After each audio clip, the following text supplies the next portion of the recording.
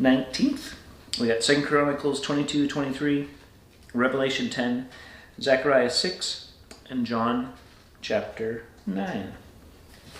We're going to go to 2 Chronicles, maybe a section of scripture that as you've been reading through it, you're like, when is this going to be over, right?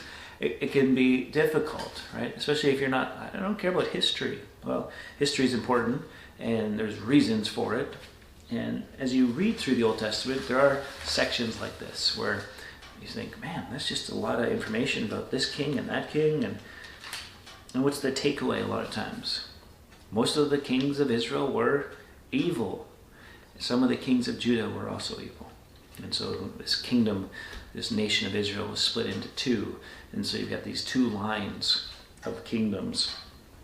And it's just so often dark. And it's because of the choices that people continue to make to turn their backs on God.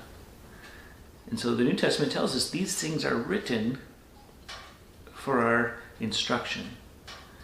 And so when you read about things like, and people like Ahaziah, who begins to reign at 22 years old, chapter 22, verse 2, who only reigns 1 year. Why?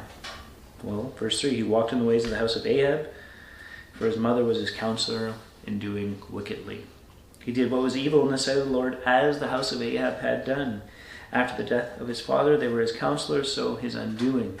He followed their counsel and went with Jeroboam, the son of Ahab, king of Israel, to make war against Hazael, king of Syria. And the Syrians wounded Joram. On and on. But all through that, God allows it to work out so that he actually dies. Like, well, what's the point? Why do we care that this king lasted only 1 year? But notice how it reminds us of those that came before. He's of the house of Ahab. And if you would recall of our readings earlier in Chronicles and in Kings, that's not a good line to be part of. Why? Because they were full of wickedness and evil doings.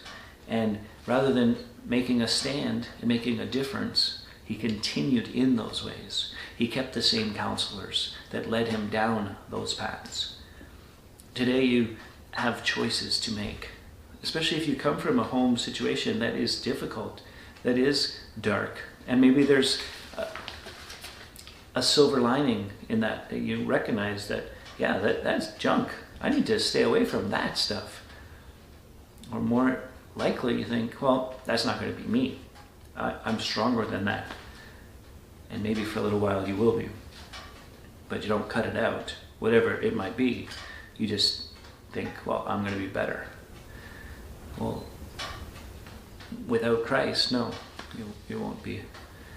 And whatever the situation is, we all have things, propensities, patterns that we pick up on, that characteristics that are part of our family structure and nature and nurture and all those things. And rather than blame our parents and our grandparents and our uncles and everyone for how we are living life, it's time to take responsibility.